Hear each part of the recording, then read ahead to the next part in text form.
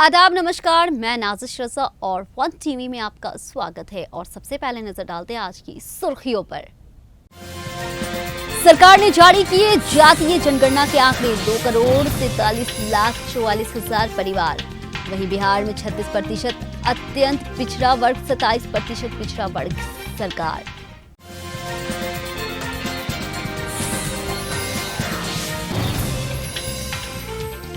गहलोत जी सोते जागते कुर्सी बचाने में लग रहे हैं। मोदी ने साधा गहलोत पे निशाना।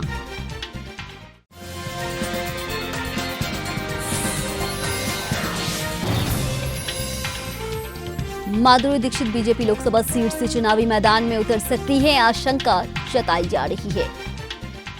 खबर विस्तार से।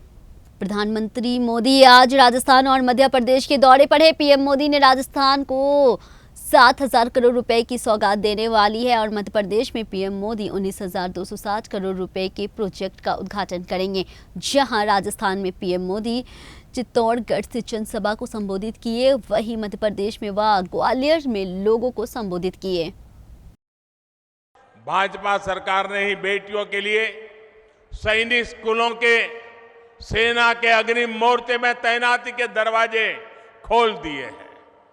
केंद्रीय पुलिस बलों में महिलाओं की संख्या दोगुनी की जा चुकी है। देश भर में पुलिस सिस्टम में 33% महिलाओं की भर्ती को भाजपा सरकार प्रोत्साहित कर रही है। अब लोकसभा और विधानसभा में भी 33% सीटों में बहनों को आरक्षण की गारंटी मोदी ने पूरी की है। कांग्रेस कितने दशकों से आरक्षण के नाम पर बहनों से वोट मांगती रही, आपसे वोट मांगती थी और संसद में अपने साथियों से बिल को फड़वाती भी थी। ये तो मोदी है और आपका मोदी पर आशीर्वाद है जो इस बार इनको समर्थन करना पड़ा। मुरादाबाद में सपा सांसद एसटी हसन के शरीयत के कानून लागू करने में बयान पर असदुद्दीन ओवैसी की पार्टी एमआईएम ने बड़ा हमला बोला है। एमआईएम के प्रवक्ता मोहम्मद फरहान ने आज कहा है कि एसटी हसन ऐसे बयानों से हिंदुओं को बरगला कर बीजेपी को चिताने का काम करना चाहते हैं। मध्य प्रदेश में विधानसभा चुनाव 2023 को लेकर के अलग अलग दलों के बीच राजनीति चरम पर है। 5 साल पहले की तरह इस बार भी मुख्य मुकाबला कांग्रेस और आप के बीच माना जा रहा है। हालांकि आम आदमी पार्टी इस बार पूरे दमखम के साथ चुनावी मैदान में है। दिल्ली के सीएम अरविंद केजरीवाल और पार्टी के अन्य नेता लगातार एमपी में पार्टी के पक्ष में चुनाव प्रचार कर रहे हैं। वहीं एमपी में भी अपने मुफ्त बिजली, पानी, बेहतर शिक्षा और सबको स्वास्थ्य सुविधा देने का वादा कर रही है। आप नेता शिवराज सरकार के दौरान बड़े पैमाने पे बेरोजगारी, महंगाई और कानून व्यवस्था के मसले को भी जोरों शोरों से उठा दिया है। भारतीय जनता पार्टी ने महाराष्ट्र में मिशन 45 पर काम शुरू कर दिया है। रिपोर्ट्स की माने तो इस बार लोकसभा चुनाव में कई सीनियर नेताओं और विधायकों को टिकट दिया जा सकता है। खबर ये भी है कि धक-धक गर्ल माधुरी दीक्षित को भी भाजपा चुनावी मैदान में उतार सकती है। एनआईए ने वामपंथी उग्रवाद नकलसी मामले में सोमवार को बड़ी कार्रवाई की है। एनआईए ने आंध्र प्रदेश और तेलंगाना में 60 से संदिग्धों के ठिकानों पे छापेमारी की है। रिपोर्ट्स की माने तो दोनों राज्यों में संदिग्धों के परिसर और ठिकानों पर अभी भी छापेमारी जारी है। वहीं खुफिया इनपुट के बाद आज सुबह से ही एनआईए की अलग अलग टीमों ने राज्य पुलिस बलों के साथ संयुक्त अभियान में छापेमारी शुरू कर दी।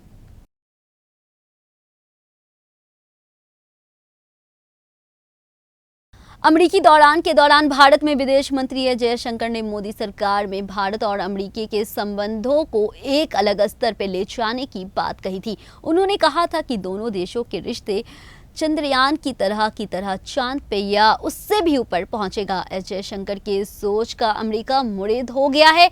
जो बाइडेन के प्रशासन ने एस जयशंकर की तारीफ की है। अमेरिका भारत संबंधों को कोई नई ऊंचाई तक ले जाने के लिए उन्होंने एस जयशंकर को दोनों देशों के आधुनिक रिश्तों को वास्तुकार कहा है। भारत के विदेश मंत्री के लिए तारीफ भरे ये शब्द उनके सम्मान में अमेरिका में भारत के राजदूत तरनजीत सिंह संधू द्वारा आयोजित किए गए हैं। एक विशेष स्वागत समारोह के दौरान कही गई।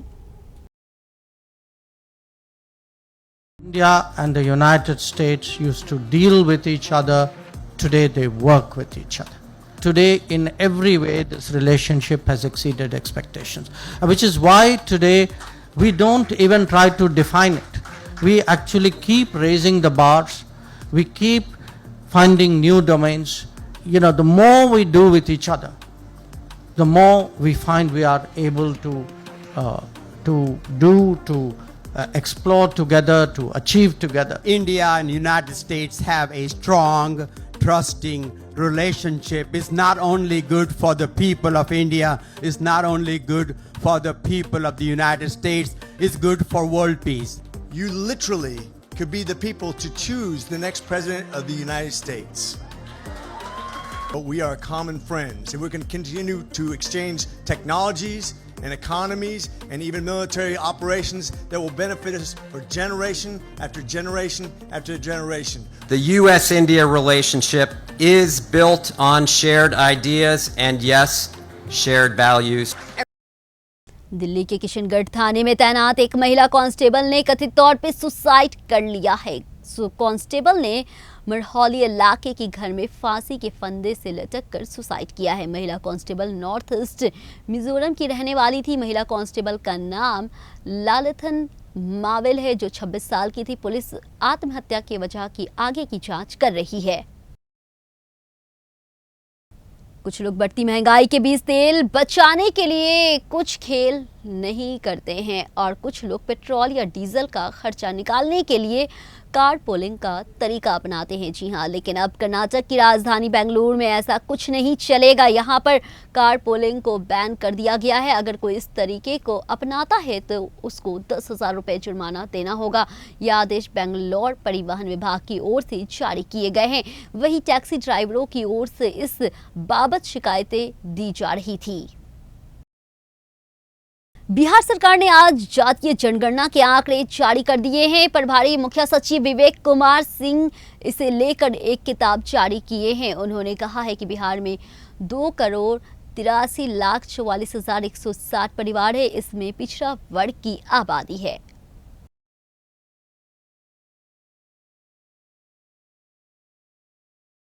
शामली जनपद की सदर कोतवाली क्षेत्र के कंडेला इंडस्ट्रीज एरिया में धूप बत्ती की फैक्ट्री में काम करने वाले मजदूरों पर कुछ लोगों ने हमला कर दिया और वो गंभीर रूप से घायल हो गए हैं।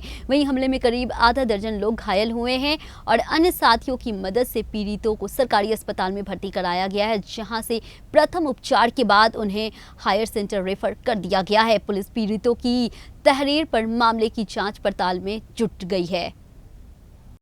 पिछले महीने कनाडा के प्रधानमंत्री ने भारत पे आतंकी संगठन सीख फॉर जस्टिस के सदस्य हरदीप सिंह निज्जर की हत्या का आरोप लगाया था। इसके बाद भारत ने ट्रूडो के आरोपों पर कड़ी प्रतिक्रिया दी। क्रिकेट वर्ल्ड कप 2023 की तैयारी के लिए भारतीय टीम अपना दूसरा अभ्यास मैच खेलने के लिए पूरी तरह तैयार हो गई है। वहीं तिरुवनंतपुरम की ग्रीनफील्ड स्टेडियम में मैन इन ब्लू का मुकाबला नीदरलैंड से होगा, जिसने क्वालीफायर इवेंट में श्रीलंका के बाद दूसरे स्थान पर रहने के बाद अपने 5वें विश्व कप में जगह बनाई है। हालांकि भारत को मैच के लिए अपने पूर्व भारतीय कप्तान विराट कोहली की सेवाओं की कमी खल सकती है। फिर से नजर डालते एक बार सुर्खियों पे। सरकार ने जारी किए जातीय जनगणना के आंकड़े। 2,43,44,000 परिवार। वहीं बिहार में 36% अत्यंत पिछड़ा वर्ग, 27% पिछड़ा वर्ग सरकार।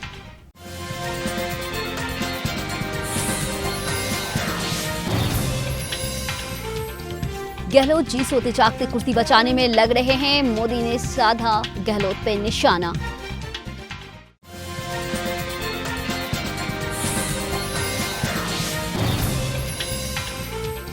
माधुरी दीक्षित बीजेपी लोकसभा सीट से चुनावी मैदान में उतर सकती है, आशंका जताई जा रही है। आज के समाचार में इतना ही। मुझे दीजिए इजाजत, फिर मिलेंगे वन टीवी में नए समाचार के साथ।